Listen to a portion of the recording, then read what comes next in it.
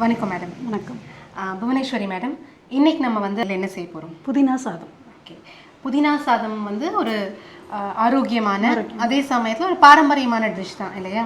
So இந்த புதினாவை வந்து நம்ம எப்படியெல்லாம் யூஸ் பண்ணலான்னு பார்த்தீங்கன்னா, நிறைய வந்து இந்த கொத்தமல்லி புதினாலாம் வெறும் அலங்காரத்துக்காக தான் யூஸ் பண்ணுவோம். சட்னி, தொகையல் அந்த மாதிரி தான் பண்ணுவாங்க. இது வித்தியாசமாக சாதமாக கொடுக்குறோம். ஓகே. ஸோ வந்து குழந்தைங்களுக்கு மதியானம் லஞ்ச் பாக்ஸில் கொடுக்கலாம் இல்லையா?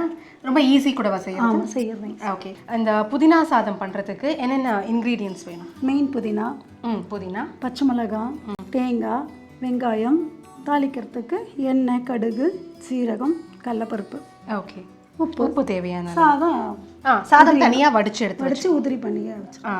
ஓகே. எப்படி நம்ம இதை ஸ்டார்ட் பண்ணுறது? புதினா, பச்சை மிளகாய், தேங்காய், ஓகே, உப்பு சேர்த்து விழுதாக அரைச்சி எடுத்துக்கணும். ஓ, அரைச்சி எடுத்துட்டு தாளிக்கணும். கடுகு, எண்ணெய் ஊற்றி கடுகு, சீரகம், கடலைப்பருப்பு தாளிச்சிட்டு இந்த அரைச்ச விழுத அதில் போட்டு நல்லா அந்த பச்சை வாசனை போகிற வரைக்கும் வதக்கிட்டு இந்த ரைஸோட சாதத்தை அதோட சேர்த்துற வேண்டியது. ஓகே. இப்போ வெங்காயம் வந்து நம்ம அரைக்க போகிறோமா இல்லை? வெங்காயம் வந்து சேர்க்க போகிறதால இதுலேயே வச்சு வதக்கிட்டு அதுக்கப்புறம் தான் இந்த விழுது. ஸோ அரைக்கிறது வந்து புதினா, பச்சை மிளகாய், உப்பு, கொஞ்சம் உப்பு, அவ்வளோதான். ஆமாம். ஓகே. பாருங்க, ஏற்கனவே அரைச்சி வச்சுருக்கோம். ரொம்ப தண்ணி விட்டு நீங்கள் வந்து அப்படி பேஸ்ட் மாதிரி அரைக்காமல் கொஞ்சமாக தண்ணி விட்டு தான் நீங்கள் அரைச்சிருக்கீங்க இல்லையா? கொஞ்சம் வந்து ரொம்ப நைஸாக அரைக்காமல் கொஞ்சம் குறை தண்ணி வேணுங்கிறது இல்லை. இந்த புதினா நம்ம வாஷ் பண்ண அந்த ஈரமே போதும். உப்பு சேர்க்கறதுனால தண்ணி விட்டுக்கும் அந்த உப்பு. அதுக்கு தான் உப்பு அதிலே சேர்த்து அரைக்கிறோம். ஓ, சரி. ஸோ ரொம்ப பேஸ்ட் மாதிரி அரைக்க வேண்டிய அவசியம் இல்லை இல்லையா?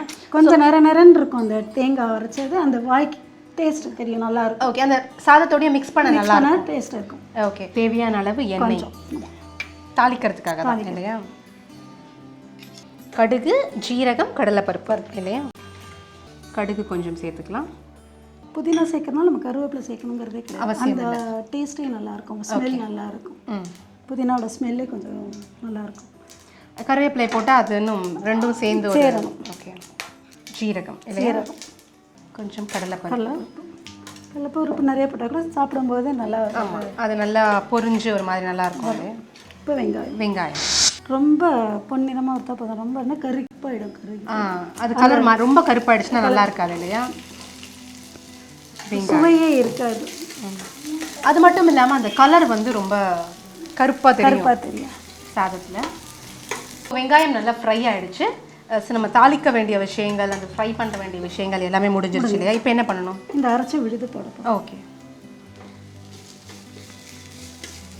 இது வந்து நம்ம புதினா இலைகள், தேங்காய், பச்சை மிளகாய், உப்பு, பச்சை மிளகாய் சேர்த்து அரைச்ச அந்த விழுதை போட்டுருவோம் இல்லையா? அது விழுது மாதிரி பேஸ்ட் மாதிரி இல்லை, ஒரு மாதிரி நல்லா இருக்கு. ரொம்ப ட்ரையாகவும் இல்லாமல் ரொம்ப அப்படியே தண்ணி மாதிரியும் இல்லாமல் இல்லையா? ஆமாம். தண்ணி சேர்க்க தேவையில்லை, ஏன்னா புதினாவுடைய அந்த இதுவே ஈரமே அதில் இருக்கும். உப்பு சேர்க்கறதுனால தண்ணி, புதினாவோட அந்த நம்ம புதினா வாஷ் பண்ணதோட அந்த ஈரம், அப்புறம் உப்பு, பச்சை மிளகாய் இதெல்லாம் சேர்ந்த உடனே கொஞ்சம் அதுவே ஈரமாக இருக்கும். ஸோ இதே இருக்கிற அந்த எண்ணெயில் நம்ம அப்படியே அதை ஃப்ரை பண்ணுறோம் இல்லையா? அதில் இருக்கிற அந்த பச்சை வாசனையும் கொஞ்சம் போயிடும். ட்ரையாக இருக்கும்போது அந்த சாதம் உதிரி சேர்க்கும் போது நல்லா உதிரியாக இருக்கும். தண்ணி விட்டு அரைச்சோம்னா ஒரு கூட்டு பதம் மாதிரி. ஆமாம்.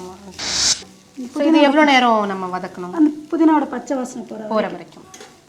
ஏன்னா நம்ம பச்சையாக தானே அரைச்சிருக்கோம், அதனால இந்த வாடை போகிற வரைக்கும். ஓகே.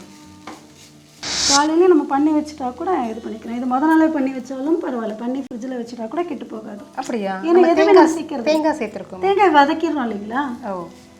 முன்னாடி இந்த மாதிரி வதக்கி வச்சுட்டீங்கன்னு வச்சுக்கோங்களேன். இப்போ நம்ம வெளியூருக்குலாம் ஏதோ போனோம்னா பசங்களுக்கு வெறும் சாதம் வடிக்க சொல்லிட்டு இது அவங்களே பண்ணி போட்டு கூட சாப்பிட்டுக்கலாம். ஓகே. மோர் குழம்பும் ஃப்ரிட்ஜில் வைக்கலாம், அதுவும் 2-3 நாள் தாங்கும். ஆமாம். ஸோ இப்போ எல்லா வீடுகள்லையும் ஃப்ரிட்ஜ் இருக்கு. ஸோ கவலை இல்லை, இந்த மாதிரி நீங்கள் அதை வதக்கி ஆற வச்சு ஒரு டப்பாவில் போட்டு வச்சுக்கிட்டோன்னா இருக்கும். ரைஸோட மிக்ஸ் பண்ணி அவங்க எப்போ வேணுமோ சாப்பிடலாம். ஆமாம், சாதம் வண்டி அவங்க அந்த நேரத்தில் சூடாக வச்சுக்கிட்டாங்கன்னா போதும். இது 2 நாள் 3 நாள் கூட வச்சுக்கலாம். ஆமாம். ஸோ போதுமா இது வதங்கினது? இன்னும் கொஞ்சம் எமர்ஜென்சிக்கும் இது யூஸ்ஃபுல்லாகவும் இருக்கும் உங்களுக்கு. ஆமாம், எந்த ஒரு விஷயத்தும் வந்து பார்த்தீங்கன்னா கொஞ்சம் தண்ணியாக இருந்தால் தான் ஈஸியாக கெட்டு போக வாய்ப்பு இருக்குது. இந்த மாதிரி நல்லா வதக்கி ட்ரையாக வச்சுட்டோம்னா அவ்வளோ சீக்கிரம் கெட்டு போகாது இல்லையா?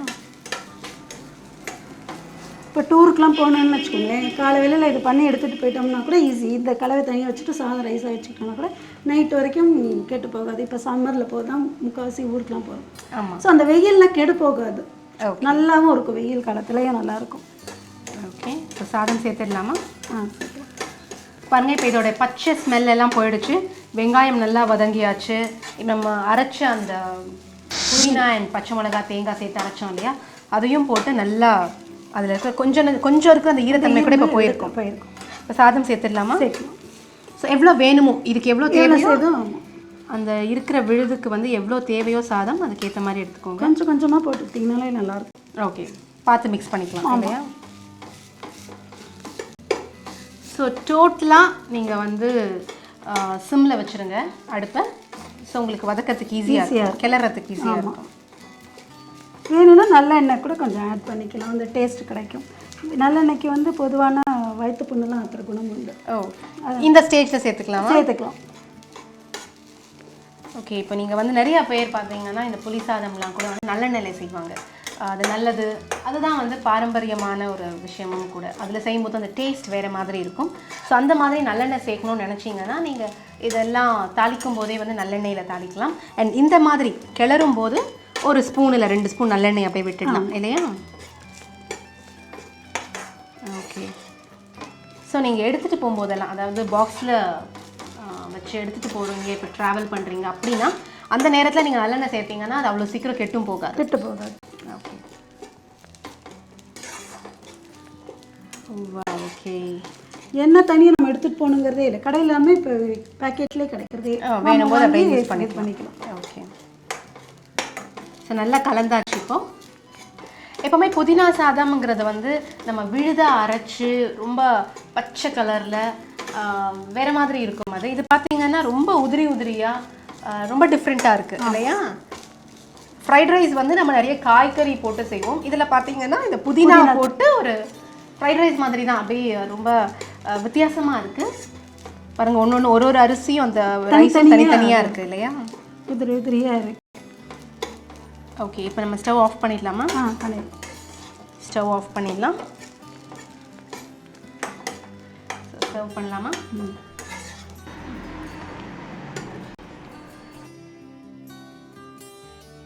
ஓகே, ஸோ நல்ல கமகமன்னு இருக்குது இல்லையா? அந்த புதினா, நிறைய பேருக்கு புதினாவோடைய அந்த ஃப்ளேவர் ரொம்ப பிடிக்கும் இல்லையா? அது வந்து நல்ல ஒரு சாப்பிடணும் அப்படிங்கிற ஒரு தூண்டுதலை ஏற்படுத்தும் அந்த வாசனை. ஸோ இதை டேஸ்ட் பண்ணி பார்க்கலாமா? சைடிஷ் வந்து எனி சைடிஷ், ஒரு அப்பளமோ இல்லை ஒரு சிப்ஸோ இருந்தால் போதும், இல்லை நல்ல ஒரு பொட்டேட்டோ ஃப்ரை இருந்தால் கூட போதும், நம்ம சூப்பராக சாப்பிட்டுடலாம் இது. பட் இப்படியே சாப்பிட்றதுக்கு இது எப்படி இருக்குன்னு பார்க்கலாம்.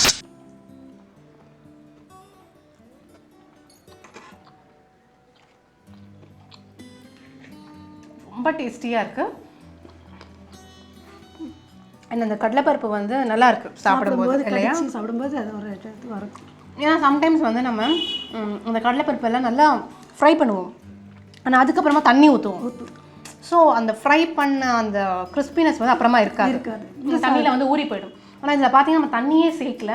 ஸோ எல்லாமே வந்து அந்த வெங்காயம், அந்த கடலைப்பருப்பு எல்லாமே அந்த ஃப்ரை பண்ணும்போது என்ன கிறிஸ்பினஸ் இருந்ததோ சாப்பிடும்போதும் அதே இருக்குது. சூப்பராக இருக்குது மேம். அண்ட் ரொம்ப சிம்பிள். நீங்கள் சொன்ன மாதிரி குழந்தைங்களுக்கு வந்து டிஃபன் பாக்ஸில் கொடுக்கறதுக்கு ரொம்பவே நல்லா இருக்கும். கண்டிப்பாக எல்லோரும் ட்ரை பண்ணி பாருங்கள். Thank you so much ma'am. ஒரு ட்ரெடிஷ்னல் டிஷ்ஷை வந்து எப்படி இப்போ இருக்கிற இதுக்கு அடாப்ட் பண்ணி செய்யறதுன்னு சொல்லி கொடுத்தீங்க. Thank you so much.